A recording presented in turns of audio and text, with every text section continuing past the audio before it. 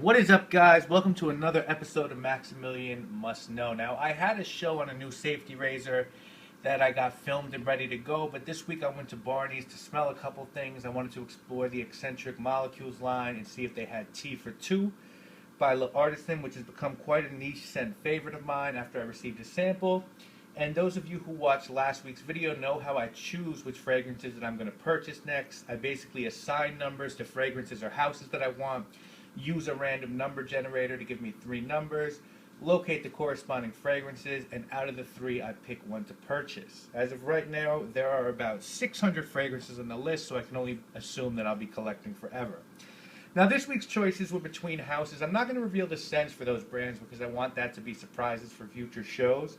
But basically, my choice was between something from Check and Speak, something from Creed, or something from Tom Ford's Private Blend. I was heavily leaning towards the Tom Ford bottle because Bloomingdale's carries that entire line, and I work across the street from Bloomingdale. So anyway, I had everything planned out, and then I'm at Barney's walking past the Malle boutique on the lower level to get to the main men's fragrance counter, and I see this staring at me on a little table in front of the boutique.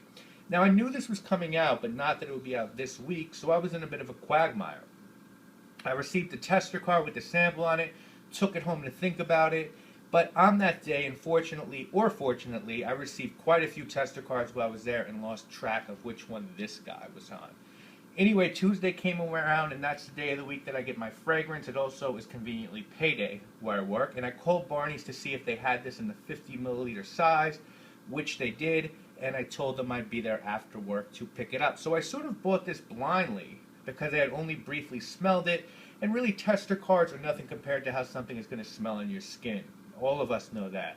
By the way, if you ever go to Barney's and want to check out their Malle section, speak to Giovanni. He works over there, definitely knows the inside and out the line, and can help recommend the best fragrance for what you're looking for.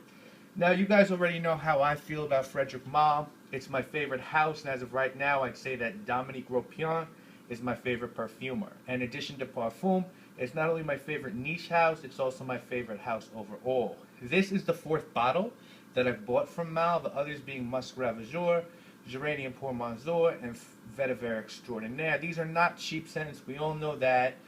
50 milliliters of this guy's going to set you back $185, and 100 milliliters is going to set you back $265. So again, not cheap. Now, for the record, this is not an Edition de Parfum release. It is a series that Malle is doing with designers and artists who inspire him. And he's going to make a scent using their name. So this one, as you can see, is very clearly called Dries Van Noten by Frederic Malle. Van Noten is a Belgian designer who sort of specializes in very basic, minimalistic, ready-to-wear fashion pieces. Celebrities that he's dressed include Kate Blanchett and Maggie Gyllenhaal. It's not for me, Dries Van Noten, but he's definitely a well-respected designer who's very well-regarded in that world. Now, to create this scent, Malle commissioned Bruno Jovanovic, who's no stranger to Malle or the fragrance game.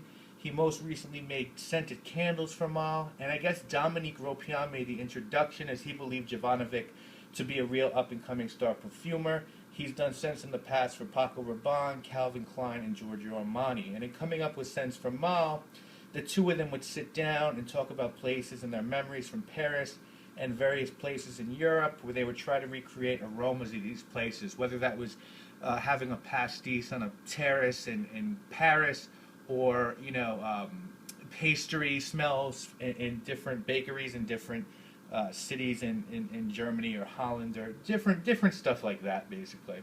So let's talk about this guy, really. As you can see, the box is just a slight, let me get that in focus, a slight variation on the regular Frederic Malle Edition de Parfum box. It's got a very red, nice texture material, and the bottle is very clean. Again, it just has this little sticker that's different from the Edition de Parfum sticker. And I'll quickly read to you with the box what it says on the back, because as always with Malle scents, there is some information on the back, so let me just read that to you. It says, to create a perfume that is the embodiment of the unique world of Dries Van Noten, this perfume was built around a large dose of natural sandalwood from Mysore that we chose as a base for its exotic work. Bruno Jovanovic mixed it with an a vacation of Flemish pastries made of vanilla, Peruvian balm, and sacrosol. For even more comfort, a large dose of jasmine absolute and a modern musk cocktail. Saffron and patchouli bring a leathery vibration and make this perfume even more addictive. So that's sort of the box speak about this one. And I'm going to be honest, initially when I smelled this, I was surprised and disappointed. I was actually pretty shocked that Malle would venture into gourmand territory, because the first thing I smelled was basically fresh out of the oven vanilla wafers, maybe with some added holiday spice. And I was really let down, especially because not too long ago, I had picked up Bond No. 9's New Harlem and sort of wanted to step away from those heavy sweet notes as winter is coming to an end. We all know it'll be springtime pretty soon. So I found the release of this fragrance to be curious and had to wonder if this was held up. That is to say, you know, was this planned for winter and fall, and there were maybe regulation holdups or formula that they needed to get straight, and they had to release it so close to spring. So I was bummed out, and I felt let down by Malle. I thought that this smelled way too much like something I could get from Bond No. 9 or a designer house. But then I gave it some time, let it dry down, and unfortunately, I felt the exact same thing. I was bummed out. I really don't recommend buying fragrances blind, and this is a good example of why. What this reminds me of is a more refined, better version of Gautier Squared, which I also bought at Bloomingdale's pretty much blind, because at the time Gautier was the hottest designer house in the game. It took me 4 to 5 years to get through that bottle, because I really didn't have a big collection at the time. I had maybe 10 bottles. And I'll get through this quicker, A, because it's better than Gautier Squared. It's less clumsy, it's tighter. There's more than just out-of-control vanilla lurking around. There's also very expensive Indian sandalwood and a base of really lush jasmine. There's also patchouli and saffron tucked in for good measure. Now, projection is pretty good, but not great. But longevity is no joke. This lasted upwards of 12 hours on my skin through my sleep plus some. I've probably in my life worked close to 200 or 300 fragrances, and I can say this easily had the best longevity of any fragrance I've come across.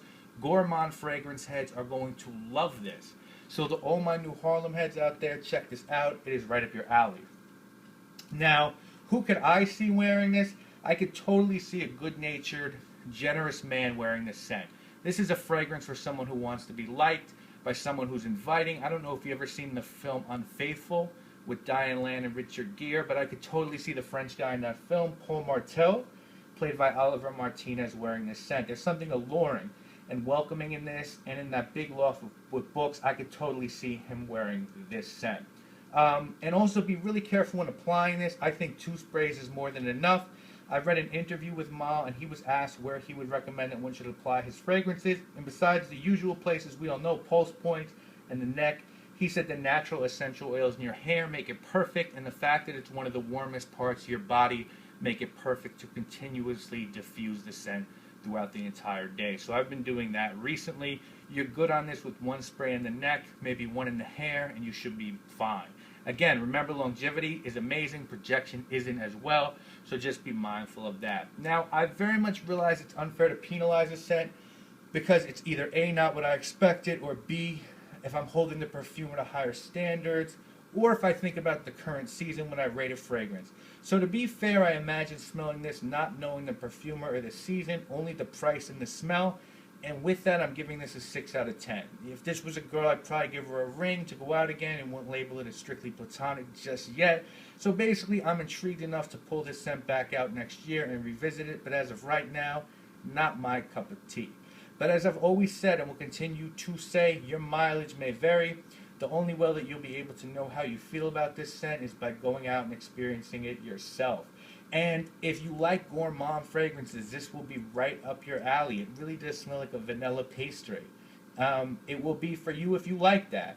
If you don't like gourmand scents and prefer drier or greener or aquatic or animalistic or citrusy fragrances, then I would recommend staying away from this Malle release. Anyway, that is this week's show.